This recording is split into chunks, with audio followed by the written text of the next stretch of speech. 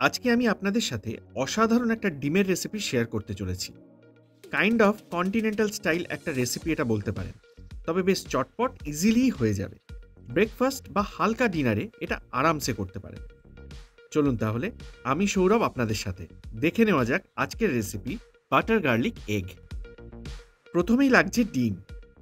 আমি এখানে 6টা ডিম ফাটিয়ে নিচ্ছি। নুন দিয়ে দিচ্ছি হাফ টিস্পুন, গোলমরিচের গুঁড়ো হাফ টিস্পুন, সঙ্গে চিলি ফ্লেক্সও দিয়ে দিচ্ছি হাফ টিস্পুন, আর রসুন কুচি 1 টিস্পুন। এবার এগুলোকে ভালো করে ফেটিয়ে আমাদের মিশিয়ে নিতে হবে। নর্মাল 3 থেকে 4 জনের খাওয়ার মতো ঠিকঠাক কোয়ান্টিটি হবে। আপনারা কটা ডিমের করতে চাইছেন সেই অনুপাতে বাড়িয়ে বা কমিয়ে নেবেন বাকি ইনগ্রিডিয়েন্টসগুলো। এবার একটা ননস্টিক প্যানে আমি 20 গ্রাম মতো মাখন গলিয়ে নিচ্ছি আর সামান্য গরম করে নিচ্ছি। মাখনটা পুরো প্যানে ছড়িয়ে নেবেন, কোথাও যেন গ্যাপ না থাকে। ফ্লেমটা একদম লোয়েস্টে করে দিয়ে ডিমটা আমি পুরোটা ঢেলে দিচ্ছি। খুব বেশি গরম কিন্তু করবেন না, এতে মাখন পুড়ে যেতে পারে, আর ফট করে ডিমের একটা পোর্শনও বেশি ভাজা হয়ে যেতে পারে। নিচ থেকে হালকা হিট পাচ্ছে, তাই প্যানের সারফেসে লেগে থাকা ডিম প্রথমেই জমতে শুরু করবে। দেখুন আমি ঠিক যেভাবে একটা স্প্যাচুলার সাহায্যে লেয়ারগুলো সরিয়ে এক জায়গায় করে দিচ্ছি, আপনারাও করতে থাকবেন। ডিম কিন্তু কোনোভাবেই এখানে ভাজা হচ্ছে না, মাথায় রাখতে হবে। যখন মোটামুটি পুরো ডিমটা জমে মতো আসবে, তখন মিডিয়াম পিসের চাঙ্কে আমাদের এগুলোকে কেটে নিতে হবে। দেখুন আমি ঠিক যেভাবে কাটছি এইভাবেই কেটে নেবেন। ডিমের চাঙ্কগুলো কতটা ময়েস্ট আর জুসি আছে দেখুন। চাঙ্কগুলো তুলে আমি সরিয়ে নিলাম একটা প্লেটে।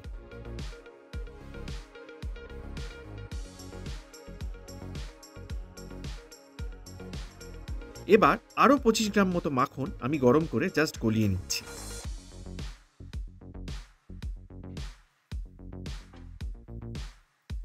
প্রথমেই দিয়ে দিচ্ছি 5 থেকে 7 কোয়া মতো ফাইন করে কুচনো রসুন।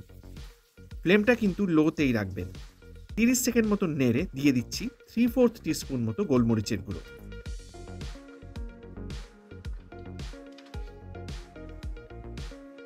হাফ টিস্পুন মতো চিলি ফ্লেক্স, আর 3/4 টিস্পুন মতো অরিগানো।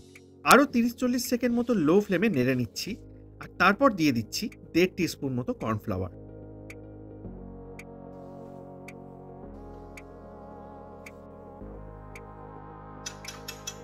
ভালো করে মিশিয়ে নিয়ে 30 সেকেন্ড মতো একটু নাড়াচাড়া করে নেব।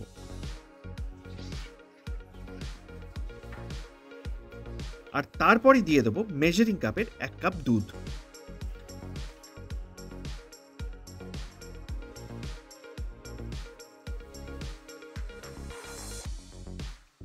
ভালো করে দুধটাও মিশিয়ে নিতে হবে।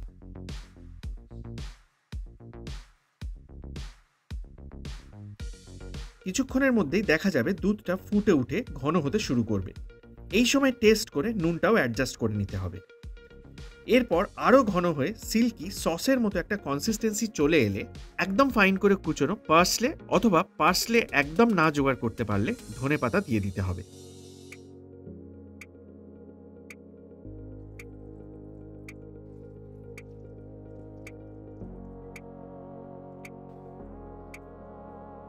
ভালো করে এটাও মিশিয়ে নিতে হবে।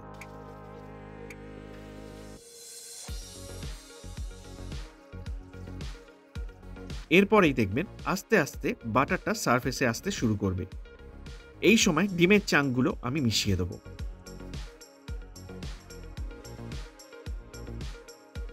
এরপর ভালো করে চাঙ্কগুলো আমাদের সসে কোট করে নিতে হবে।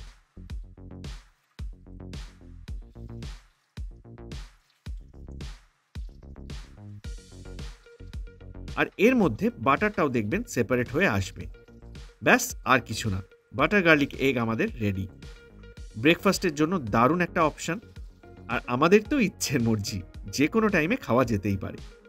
অবশ্যই একবার ট্রাই করুন, দুর্দান্ত খেতে হয় এটা। রেসিপিটা যদি ভালো লেগে থাকে, প্রত্যেকবারের মতো একটাই আবদার, একটা লাইক, একটা শেয়ার, আর আপনাদের একটা সুন্দর কমেন্ট। ব্যাস এইটুকুই। এটাই আমাকে ইন্সপায়ার করবে আরও ভালো ভালো রেসিপি আপনাদের সামনে নিয়ে আসতে। আজকে তাহলে এই পর্যন্তই। নেক্সট আবার আসছি নতুন দারুণ আর একটা কোনো রেসিপির সাথে।